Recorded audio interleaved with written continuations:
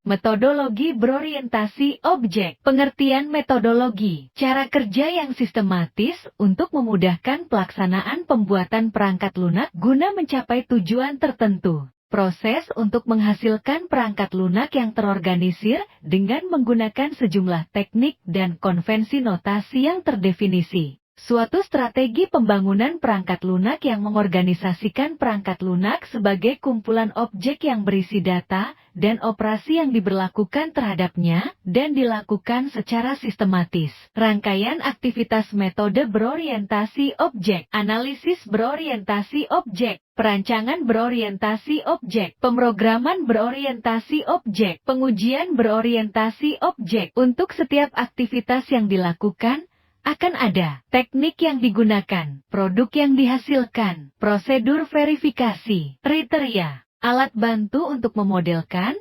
mendokumentasikan hasil dari setiap aktivitas, software development lifecycle, SDLC, siklus hidup pengembangan perangkat lunak, tahap-tahap metodologi berdasarkan sistem development lifecycle, SDLC, digunakan dengan memperhatikan karakteristik berorientasi objek yaitu analisis, perantangan, implementasi, metodologi berorientasi objek vs fungsi. Strategi utama untuk menangani kompleksitas pembangunan perangkat lunak adalah dekomposisi permasalahan menjadi bagian-bagian kecil yang dapat dikelola. Pada metode berorientasi fungsi atau aliran data, DFD, dekomposisi permasalahan dilakukan berdasarkan fungsi atau proses secara hierarki, mulai dari konteks sampai proses-proses yang paling kecil. Sementara pada metode berorientasi objek, dekomposisi permasalahan dilakukan berdasarkan objek-objek yang ada dalam sistem. Perbandingan kedua metode tersebut,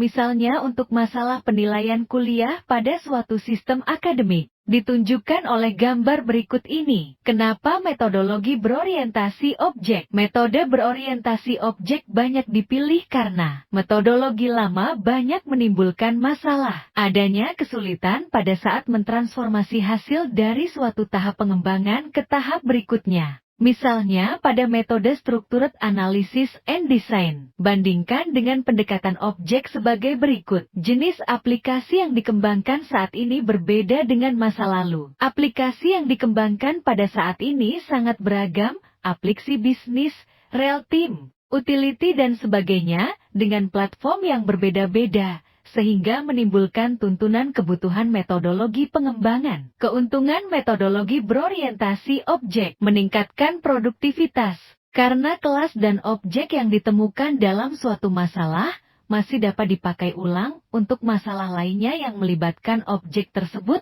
Reusable, kecepatan pengembangan. Karena sistem yang dibangun dengan baik dan benar pada saat analisis dan perancangan akan menyebabkan berkurangnya kesalahan pada saat pengkodean. Kemudahan pemeliharaan. Karena dengan objek, pola-pola yang cenderung tetap dan stabil dapat dipisahkan dari pola-pola yang mungkin sering berubah. Adanya konsistensi. Karena sifat pewarisan dan penggunaan notasi yang sama pada saat analisis, perancangan, maupun pengkodean. Meningkatkan kualitas perangkat lunak. Karena pendekatan pengembangan lebih dekat dengan dunia nyata dan adanya konsistensi pada saat pengembangannya, perangkat lunak yang dihasilkan akan mampu memenuhi kebutuhan pemakai serta mempunyai sedikit kesalahan. Beberapa metode berorientasi objek, OA dan OOD, Object Oriented Analysis, OOA, dan Object Oriented Design, OOD, dari Peter Cott dan Edward Yourdon, 1990. ABS, Object Modeling Technique, OMT, dari James Rumbaugh, Michael Blaha, William Premerland, Frederick Eddy dan William Lorenzen, 1991. OA, Object Oriented Software Engineering, OOS, dari Ivar Jacobson, 1992.